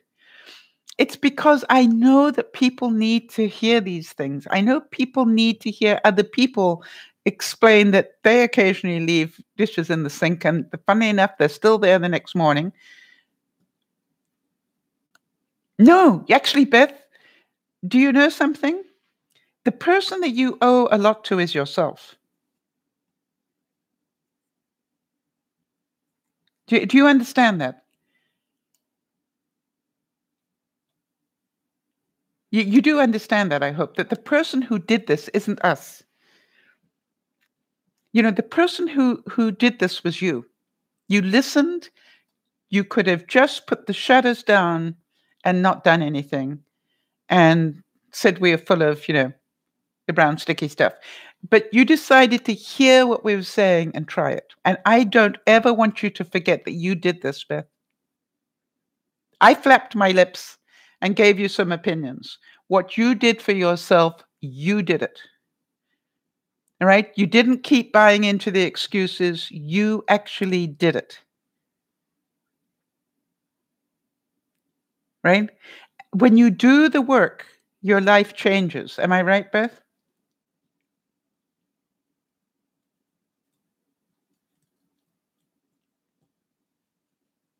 I think one of the most difficult things for me to do is to actually tell the fitness group that we have, that little group of ours, that I'm out of, that I'm out of control on my eating. It's very difficult for me to admit that every other now and then, but it's good for me to be able to do it. Beth, I am so proud of you, right? That you're looking after you for a change. You've spent your lifetime trying to impress other people when, yeah, looking after you is okay. And, Nana, I have to say this to you as well, that looking after Rick is okay as well. Do you know what I mean? That gives you such pleasure. So I'm not saying don't do that. What I'm saying is know what makes you happy. And, for those of you who missed the lunchtime broadcast, that's why I asked the question, if you if you heard tomorrow you've got to lose one room in your house or your apartment or whatever, which room would you choose to let go of? And for those of you who weren't there at lunchtime, can you let me know? Will you give him a big hug from me and tell him I hope to be back out in that area pretty soon, and we'll and do what we can to find a time and date that suits us both. Because I would love to come and give you both a hug.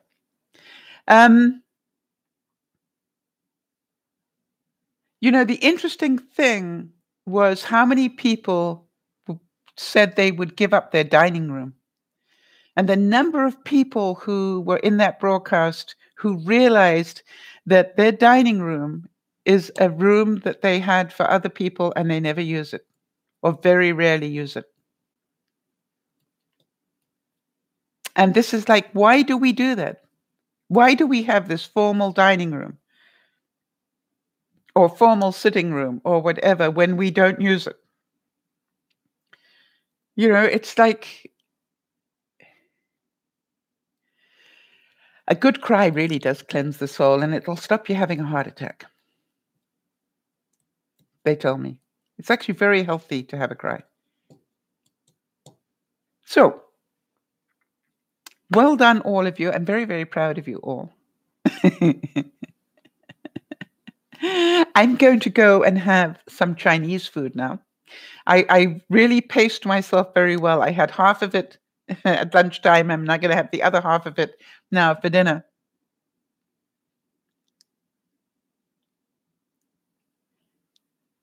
Yes, you see, Nana did that. I noticed that in your house, Nana. You gave up yours and to make an office space, right? And because you got a really nice big kitchen that is big enough to have a dining room table in, all right? And boy, when do you ever have that many people that you can't fit them in the kitchen? And by the way, it's amazing how many people can fit on a staircase if they really want to eat with you. How many of you have noticed that? You got lots of chairs, they're called stairs, if you're lucky. Right? Because I found that when there are enough people in the house, when they run out of chairs, they use the stairs. It's like amazing and very sociable, by the way. Maria, it is absolutely my pleasure. Most of the time, I'd love to tell you all of the time. There are some times when it's not. It's an absolute pleasure and welcome anytime. Do you know when we're broadcasting? I hope. And by the way, Maria, if you want to thank anybody, thank Benji. Because it was Benji who said, I want to share you with the world and put me on YouTube. And I had no idea what that was. So I'm hoping that some of this made some sense. I am hoping that some of you understand that, really these are very simple ideas that come in very complicated packaging, right? And so to me, it's like my goal is to try and show you that by giving you life examples that, hey, have a look at your own life. And you don't have to change. You may choose to, but you don't have to. Beth didn't have to change. Yes. And, I think that's a really nice place, and it's very sociable in your kitchen. I have great memories of your kitchen. And funny enough, Nana, if you ask me what rooms do I remember in your house, isn't that interesting? I remember your art room, the bathroom, obviously, because I used it, and the kitchen. And the other rooms, I know you got a bedroom in there somewhere, and in fact, another one downstairs, and also, but the rooms I remember. Right? So I want you all, please, to concentrate this week on being an adult about things rather than a child. Don't keep following the patterns because that's what your parents always did. Start being more honest and truthful to yourself. And start living your life to please you, not other people. It's very difficult to do. And also be a lot more compassionate for other people. See both sides of the story, all right? One of the things I said about this conversation we had at lunchtime was ask yourself, how do you feel when somebody says no to you? Do you get upset when people say no to you? Yeah, it's your homework. We have assignments every week, Maria. Whether you do them or not is up to you. But I want you to see both sides of this. I want you to be aware, Maria, how many people actually say no to you politely and learn from that, right? How did they say that? Let me make a note of that. Because they did that quite well. I've actually said to people, I love the way you did that. By the way, I have something. Do any of you have Facebook where you miss somebody's birthday? And you sign into Facebook the next day and you think, oh gosh, I missed so and so's birthday. And I actually have a whole thing that I write now when I do that. And it goes, oh, it looks like I missed your birthday. I am so sorry. You know? Hope you had a good one. Because it's okay to make a mistake like that. I'm a human being. I don't get it right all of the time. But I do know one thing, that apologizing the day after is better than not doing it at all. Good night, Nana. Thank you for being here. Enjoy your sleep. So big hug to you all, and thank you for being here. I will see some of you on Sunday. I have no idea what we're going to be talking about on Sunday, but I'll try and work it out. In the meantime, thanks for your honesty. Thanks for participating, because when you participate, it makes it so much more real for everybody. This is Dear Mama Sal saying thank you. And Coco, great to see you. I keep forgetting that's who you are. Hey, Coco, one question. Did I see it's starting up to be hurricane season again? So you watch out, please. You look after yourself and be safe. I always think about you when it gets to, I know it sounds strange, Coco, but for some reason, I always think of you more when it gets to hurricane season and going, that's Oklahoma coming. It's a pleasure, Chip. Just know that you're just a version of me. All right. You're not so special after all. This is Dear Mama Sal saying thank you for your time, your patience, and your understanding, and for your humanity. Being who you are actually is the best you can be. We can all strive to be perfect, but we're never going to.